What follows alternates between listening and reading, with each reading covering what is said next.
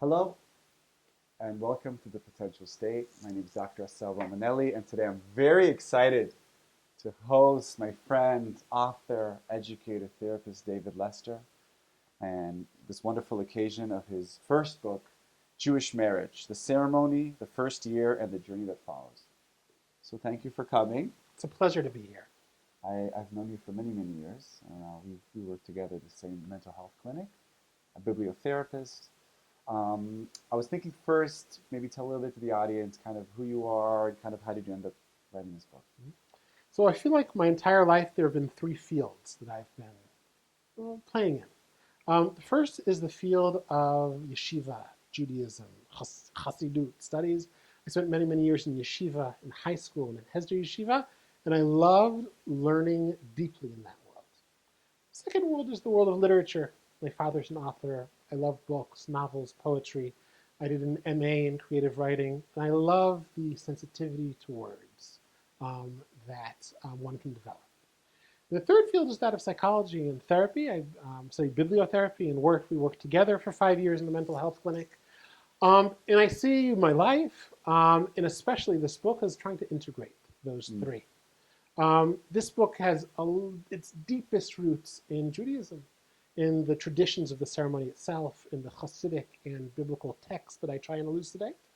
There are a lot of really deep psychotherapeutic and also couples therapy insights that I think I learned a lot from reading and also from you and our conversations over the years that are in this book. And also I try and bring these ideas in a language that's accessible and also sensitive.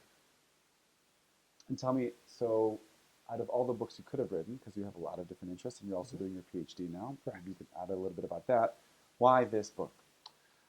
This book grew out of work in the field. I worked as a marriage educator at Tal Torah for many years. And the idea was that couples would come to their wedding and they wouldn't know what was going on. So we came in at Tal Torah, and it's like we should prepare these couples not only for the ceremony, we should use the way they prepare for the ceremony to help them prepare for life. So I would meet for them 3 times to talk about the ceremony and show the ways in which the ceremony teaches us about life, teaches us about the stepping stones of marriage itself that we should lay down before creating a home together. And I would also meet with couples after the wedding. And this is a way to really bring Jewish wisdom and the needs of young couples together. Because I think with insight, spiritual and psychological insight, a lot of things can be a lot easier. I mean, so me and Galit, my wife, we went to you and we did this course, and I think the thing I remember most, that was 8, 9 years ago, was really to be mindful of the ceremony, not just to outsource it to the rabbi who's going to kind of go through the motions, but actually kind of think about it and to try to be as present as possible in ironically, it's kind of a very spiritual moment, but it's so logistical. There's so much noise. I mean, so many couples get caught up in the logistics, in the dress, the food, the parents, and that's important to get the details down correctly.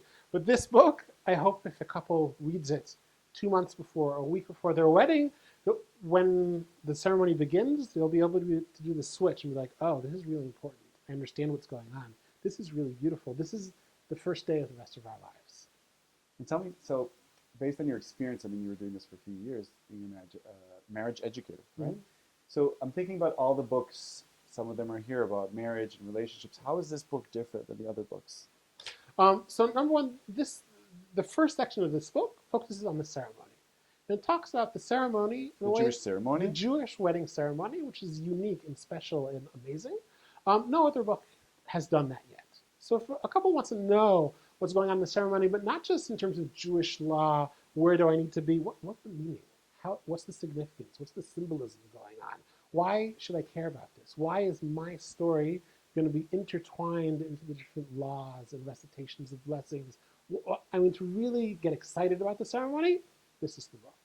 And number two, I think there's a lot of psychological depth in this book that sets it apart, sets it on a different level from other books about Shalom Bayit. I mean, other books come from a psychological approach that's very getting along.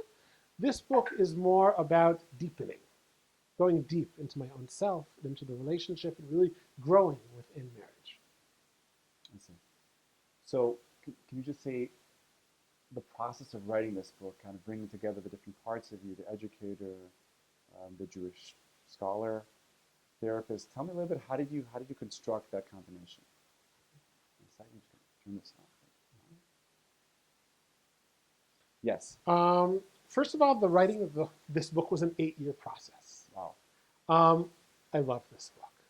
I love every word in this book. The process, first of all, of writing this book began from my marriage. I got married 13 years ago, and I've learned a lot. Hmm. And I'm really, really excited to share some of the things I've learned with the world. I feel like there's certain things that maybe could have been easier for me in the beginning, and I think I get to share some of that. So first of all, the writing began from my life as a husband. And as a husband, I make mistakes, and I'm really good at things, and we misunderstand each other, and all of that informed what I share in the book. And the second of all, the writing of the book went through many rewrites. It was a process of really honing my ideas, refining my ideas about what spiritual insights am I meeting in the text, and how are they relevant, but in an existential, real way, to the life of a married couple. I'm trying to make that connection between the intellectual world of Judaism and the experience of being married. That was 8 years. And 8 years spent very well. So, I mean, I think this is a good layover to like, so how is the book built? Like who can use it, who should be using it, and how can you use your book? So first of all, couples. The engaged couple needs to buy this book so that they know what the ceremony is going to be about. But not only engaged couples. Newlyweds and those that have been together for a while need to read this book because it will give them, I want to say, not only insight, but also, I think, some relief. Because I know as a married person, sometimes there's certain tensions I go through and I feel very, very alone. So this book, I think, will help couples be like, oh, I'm not alone in this. What we're going through makes sense. This argument we're having is something that other people have. One of the things I included in the book are exercises. So my dream is that couples sit down with this book and read it together, do a chavruta over it, and use the book to talk about themselves, to use the book as a springboard for the personal conversations that they need to have. The couples I would work with in workshops, I would say the most important part of our workshop hopefully happens after you leave this room.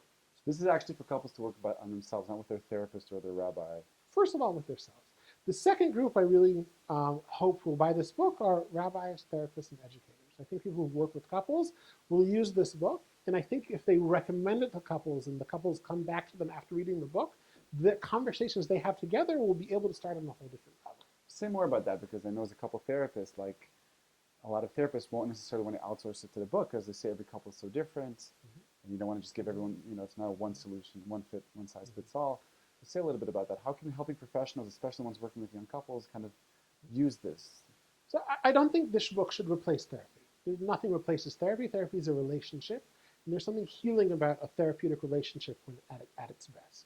With that said, as a couple, I think there's so many things that we're chewing on and working on, and to be able to use a book in an intimate setting is also special. Because to sit down at night with my wife and read a chapter or two and discuss, and to keep that within that close setting, I think also is irreplaceable.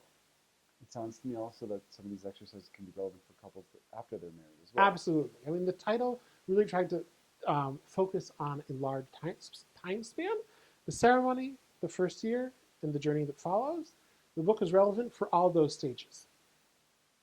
Because they really, in the Jewish tradition, the first year is the year where you're supposed to be just with your wife and kind of rebuild that. The first year is about creating the foundations of a marriage. And I think that even though it's very special and unique and important to focus on that during the first 365 days, creating good foundation is something to renew. So that's why I think a couple who's married for 30 years can get a lot out of this book.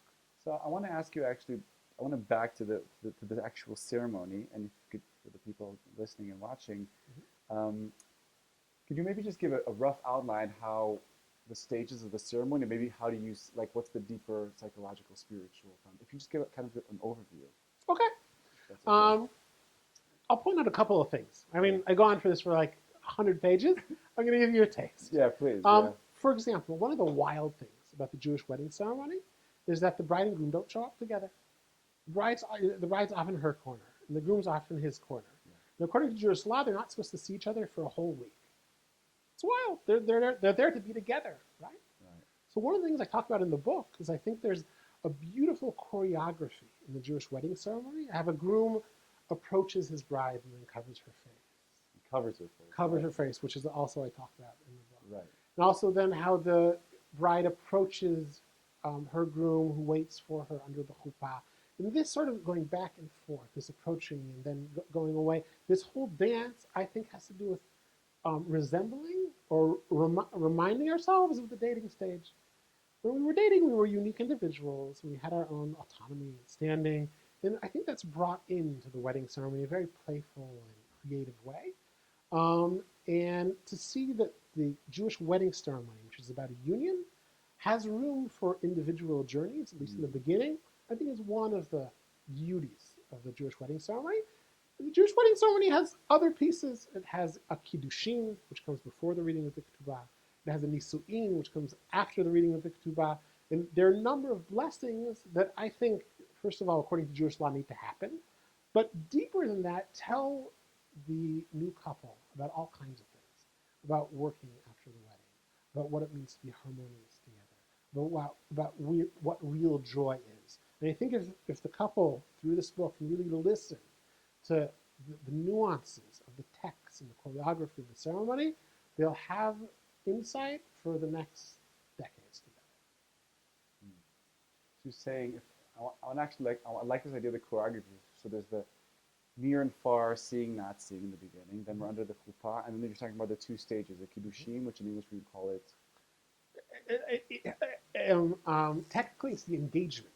So we're actually Even though, getting engaged on the chuppah, and then okay. we're getting married. Can you say about a little bit about that shift? Like it's really interesting that both happening as you're getting married, you're getting engaged, and then like I'm talking more about the spirit. Like how do you see that? How do you understand? I mean, I'm sure it's also more in the book, but like So one of the fascinating things in Judaism is that there are these two stages. right. There's an engagement, and there's a wedding.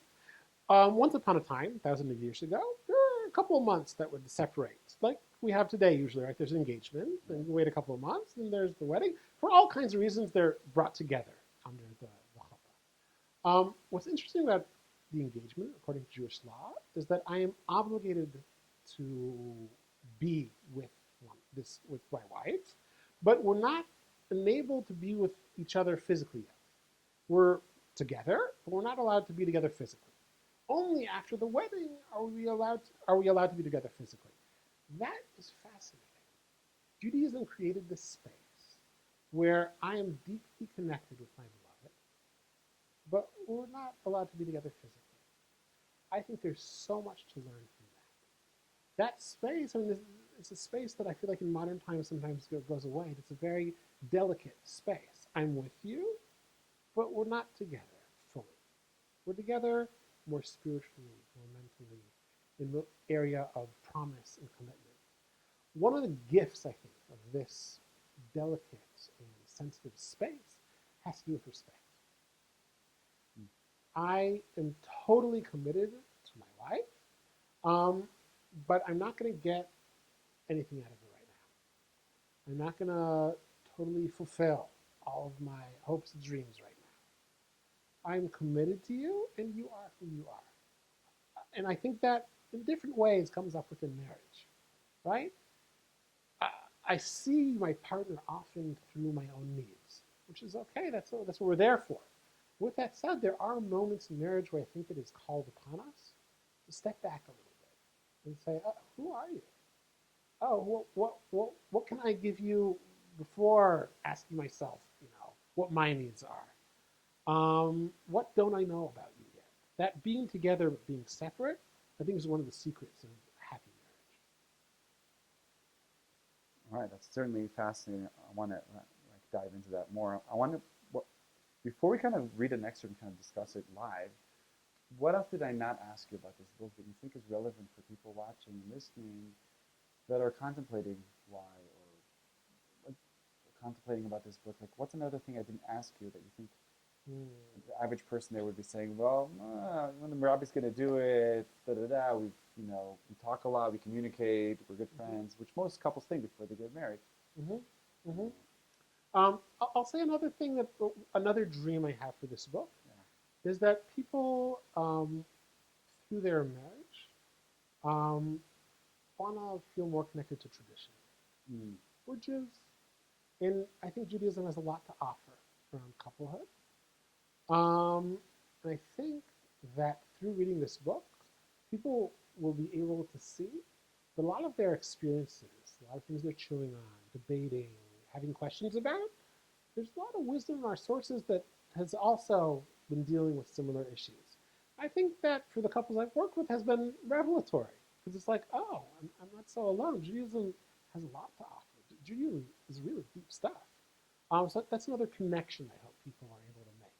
I think what's also interesting, I know your work is like you make it very accessible for partners that are, maybe just recently converted or, that it's very entry level, it's very welcoming.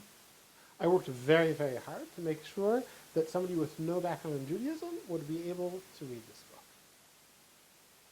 And it sounds like you've managed, on one hand, to do it very entry level and accessible, and on the other hand, be serious enough that rabbis and educators and therapists would see it as one of my editors, Rabbi Haber, he said, this is very simple and very deep. That's very hard to do. So I think what we'll do now is we're going to go live. In a sense, you're going to read me an excerpt that I've never heard.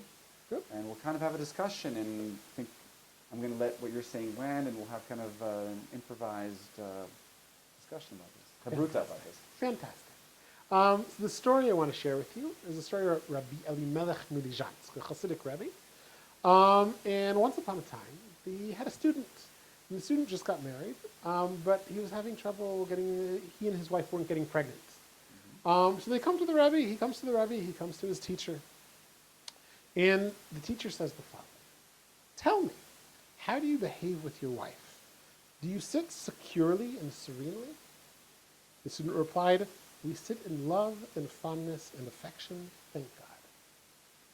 The holy rabbi responded, indeed our holy Torah commanded us to live together quietly and serenely. However, if your love has grown so much that your love has never ceased even for a moment, this is the matter that will cause the hindrance from the fruit of the womb. And that is why your salvation is far away. And thus accept my advice. Go to your home and see to it that you slightly detach the love between you. Let it go for a short while, until you see that your wife as well will be angry and incensed opposite you. And immediately after this, come back and love her as before. In this way, salvation will come soon. So the student hears the advice of his Rebbe. He goes home and he forces an argument. It wasn't the most real thing going on, but the Rebbe said. And they argue. It wasn't so comfortable. And then they reconcile. And then he goes back to the Rebbe. And he says, Rebbe, guess what? We're pregnant. So the Rebbe says, do not think that I commanded you to fight, God forbid. All that I told you is what our holy Torah hinted at with Jacob in the verses, and Jacob got angry. There's this famous biblical story where Rachel approaches her husband and says, give me children, if not I will die. And Jacob says, but I'm not in place of God, that I can give you children. Right? What was Rachel's sin and transgression in her words to Jacob? Why did Jacob get so angry? We should not criticize someone for what they say while in pain. Rather, Jacob saw that their love together is the reason that would hinder the fruit of the womb. And Jacob slightly separated the reins of love on purpose. And then God heard Rachel's prayer and opened her womb. So the Rebbe is basically identifying this fertility that wasn't happening with a psychological fertility that wasn't going on. And I talk about it in the book in the following sense, and I'd love to hear your response. Rabbi Elimelech seems to be teaching us that it is important not to remain in a symbiotic state of love. In symbiosis, we want whatever our partner wants and vice versa. Sometimes we think that being in constant agreement with our spouse is what is expected of us. Sometimes we are afraid to enter the discomfort of disagreeing and the loneliness of holding a position that is not immediately accepted. However, Rabbi Elimelech seems to be teaching us that being in a state of total and constant agreement is inauthentic and unsustainable. Marriage is richer when two unique individuals are not afraid to bring their thoughts and feelings to the table. It is important to note that arguing also turns up the temperature in your relationship. When done constructively, arguing can be a way of communicating how much we care about our marriage, about certain issues. We argue because we have a dream about the direction we want our marriage and our lives to follow. Sharing our dreams not as a suggestion, but as a deep need, expresses how invested we are in our life together. Expressing ourselves with urgency can rejuvenate a relationship, bringing a fertility into our lives that can be both physical and psychological.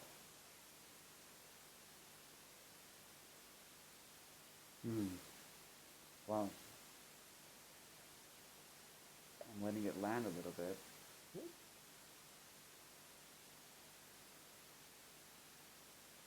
So I guess when you were speaking, the two things I was thinking about, one would be um, Bader and Pearson have the four stages of any marriage. First one would be symbiosis, like you were describing, and then we go into differentiation, okay, where we're starting to see the differences between us. That will usually happen through fighting and arguing, through allowing a space, what Krishna calls a crucible. And the next level is practicing. We go out to the world, to conquer the world. Okay? And the last stage is rapprochement, coming back home.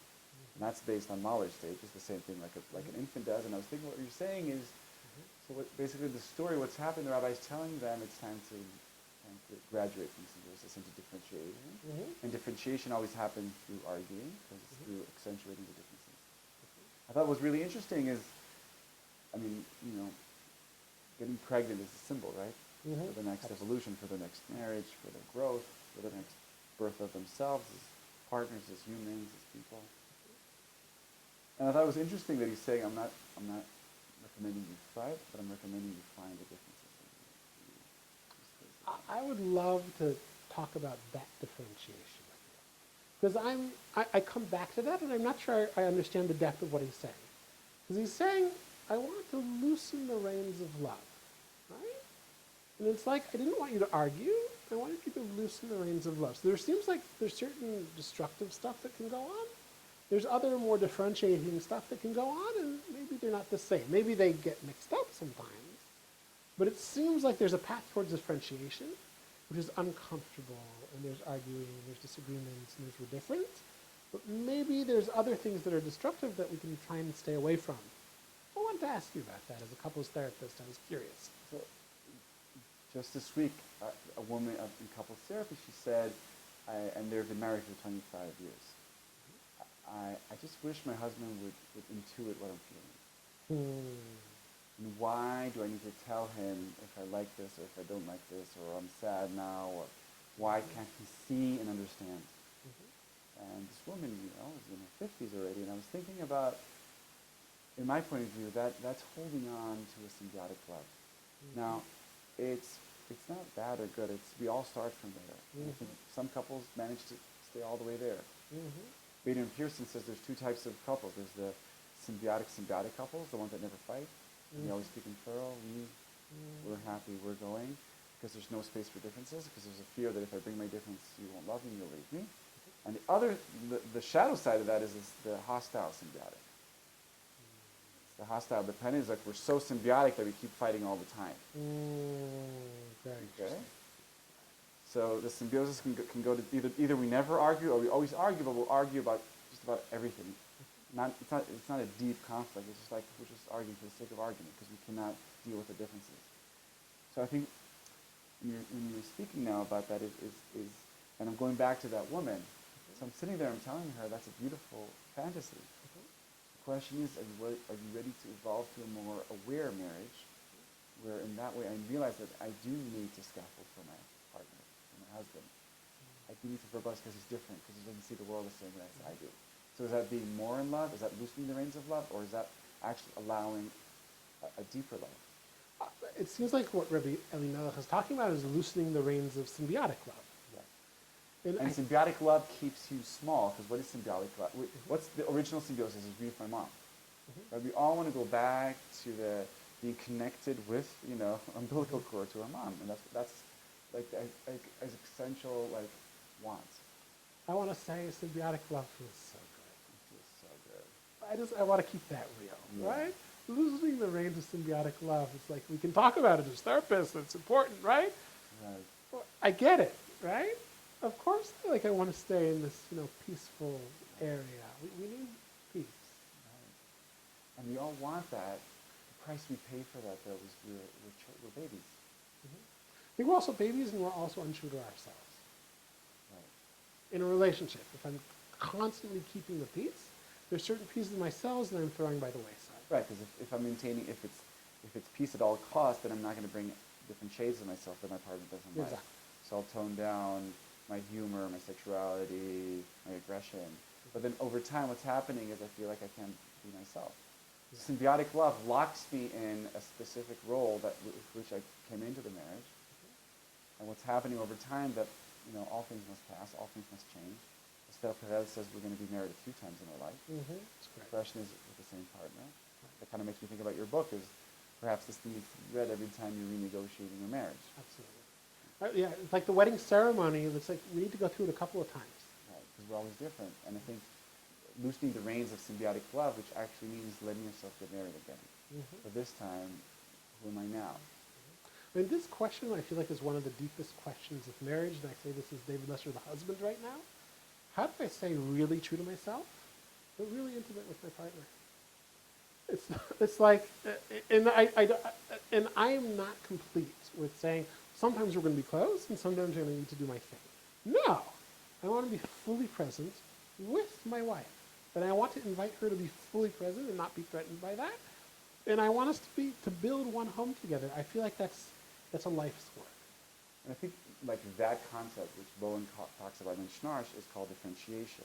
So not the differentiation of Vader and Pearson, but differentiation is my ability to be myself, connected to my values, my beliefs, feelings, and be intimate. And that is a life's work that which never ends. And I'm thinking also about how can we leverage the different, not only our Jewish tradition, but the ceremony and books and theories, and there's a lot of wisdom out there, and how do we keep working on that? But realizing, and I think your quote is really interesting because you chose a quote about conflict. You could have chosen a zillion quotes about harmony and peace and love and shekhinah. You chose something about that, and I think my experience here in the front lines working with couples, where we're not talking about peace and love and harmony, we're actually talking about the differences. I think that's where marriage happens. Like there's this falling in love is great. We're a little bit passive in that. But when we have to show up, when we have to renew our commitment, that's when I become a man. Yeah. I'll also say, coming back to the book for a second, what an amazing life's work to marry one person and invest all of my energy to continually deepening our love, right? If reading this book can be part of that, great. But that's the assignment. That's the dream. That's the journey. Carl Whitaker talks about family therapists. He said a person who's not in an intimate relationship or married is handicapped. Because he or she will never see certain parts of themselves, won't be able to do complete work on who they are, because there's no mirror, there's no Ezra to build. Absolutely. If we're thinking about that, if that is like the stage of your life, and I'm thinking about this book as kind of a really important guide or a tool for you to better understand what's happening there. And perhaps, if I'm thinking about also the way you quoted in the ceremony, the first year, and if we bring in together the ceremony the first year as the symbiotic love, right? The first year, you're supposed to be always together. Yeah. That's symbiosis, basically. So perhaps something in the tradition also says, okay, start the symbiosis. Go for it. You know what? Just do that for a year. And maybe there's an understanding that after that it's inevitable. And maybe the whole idea is you need to really kind of fulfill the stage so you can move on to the second stage. A couple that doesn't have... So the second quote I prepared talks about this idea directly. I think I'll bring it now. Do it. Okay. Go for it, I please. feel like we're talking about something that I wrote about around the ceremony. Please. So in the Jewish wedding ceremony, and one of the almost every single ceremony you'll be at, there'll be the breaking of the glass. Right? Very symbolic, everybody knows it, right? So basically the groom is given a glass, puts it on the floor, steps on it, everybody sings Mazal Tov, right? Right. So I talk in the book about the glass as representing love itself, Mm, and the nice. stepping on the glass as representing not what the groom is doing to their love, but what life does to our symbiotic romantic love. Mm, I want to read from the book. good. After getting married, some couples wonder where those intoxicating feelings of being in love went. The breaking of the glass anticipates this feeling of disappointment, reflecting the intuitive knowledge that getting married is a major transition. Under the chuppah, the groom steps on the glass, not because he wants their elevated emotional state to go away.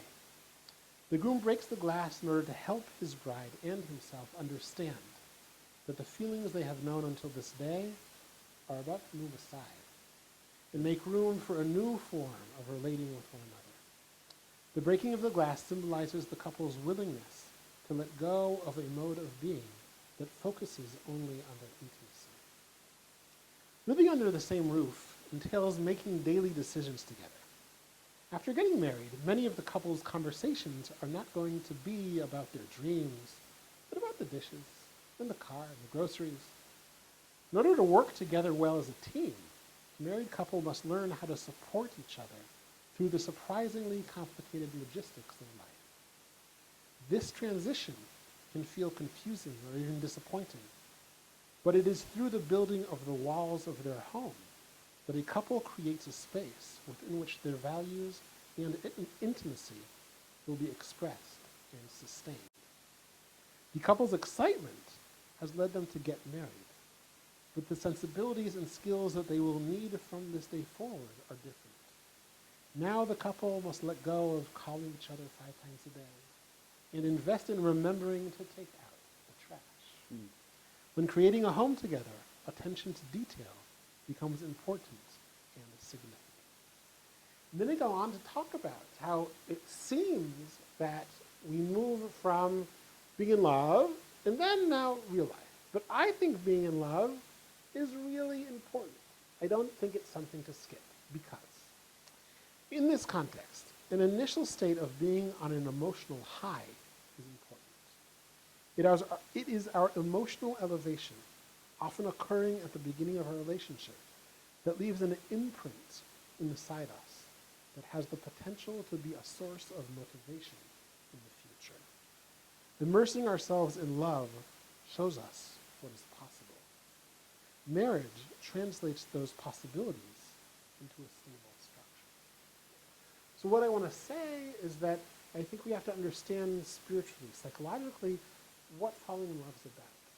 Falling in love is about showing us what the city looks like, showing us what's possible, giving us a dream. Now, I think some people make the mistake of, oh, but now I'm not in love. Well, then I have to find somebody else, that I'm in love with, or right, affair, or whatever, right? But that's not how it works. The way relationships, the way spirituality works is that I'm given this gift of having a bird's eye view and being intoxicated with these feelings of wow. Now I get to take the shards of glass, because life just broke our glass, and I get to try and put them back together. And through leaving the last brownie for my wife, and remembering to take out the trash, and picking up my kids, and getting up to all these little things are taking that wow and translating them into my life. I mean, to be a husband, to be a wife, is the opportunity I have in my life to really have integrity. To take the values I believe in and translate that into it. I mean, every day I come home, 5, 6 o'clock, I don't have energy. But my kids need me, my wife needs, where am I? So sometimes I'm like, I need some help. But I try to be like, all right, shower, dishes. You tell me, what do you prefer? That's what I think it means to be a husband.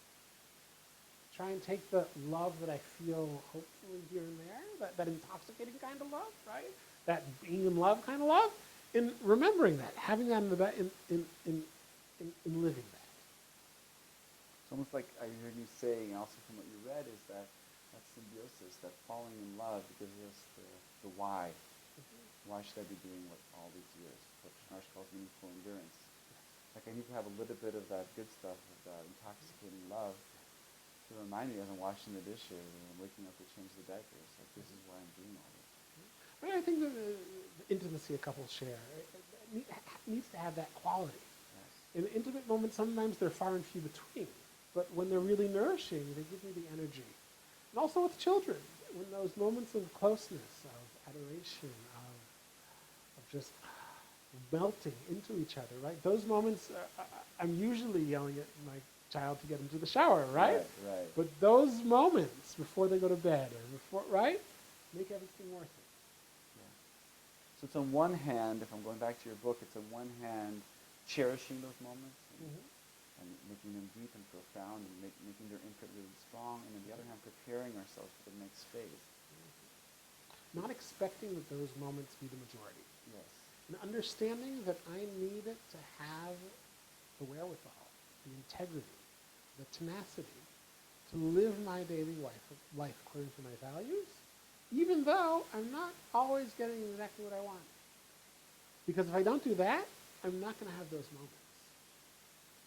The home we build with all the details and all the money and all the stuff, right?